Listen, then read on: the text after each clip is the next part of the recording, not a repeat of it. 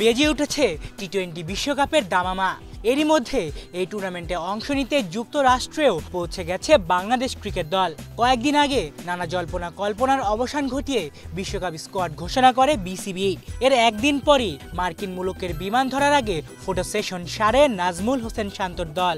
এরপরই সাবেক থেকে শুরু করে বর্তমান ক্রিকেটার সবাই সামাজিক যোগাযোগ মাধ্যমে শুভকামনা জানিয়েছে বাংলাদেশ ক্রিকেট দলকে। তবে অবাক করার মতো বিষয় হলো, এখন পর্যন্ত বিশ্বকাপগামী টাইগারদের শুভেচ্ছা জানাননি দেশের ওপেনার এবং দেশের ক্রিকেট ইতিহাসের সর্বোচ্চ রান সংগ্রাহক তামিম ইকবাল খান। খান সাহেবের ফেসবুক পেজ থেকে সবশেষ পোস্টটি করা হয়েছিল একদিন আগে, অর্থাৎ শুক্রবার দুপুর 12টা নাগাদ, যেখানে নিজের স্ত্রীর সঙ্গে ভালোবাসার এক মুহূর্ত নিজের ভক্তদের সাথে শেয়ার করেছেন তিনি।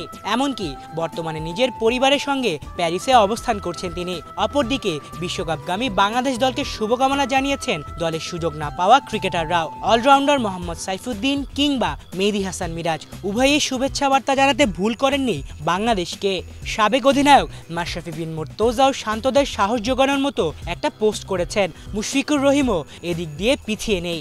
এমনকি আইপিএলের দল চেন্নাই সুপার কিংসও টাইগার পেসার মুস্তাফিজুর রহমানকে বিশ্বকাপের জন্য জানিয়েছে শুভকামনা। তাহলে ক্রিকেট পাড়ার সবাই বিশ্বকাপের জন্য বাংলাদেশকে শুভকামনা জানালেও তামিম কেন জানাননি? মনের কোণে জমা তীব্র অভিমানের কারণে বর্তমানে টাইগার ক্রিকেট দল থেকে বাইরে আছেন খান সাহেব, কথাটা সবারই জানা। তাহলে কি এই অভিমানের জন্যই এখনো শান্ত বাহিনীকে উইশ করেননি তামিম? আলিফ চৌধুরী, বাংলা ভিশন।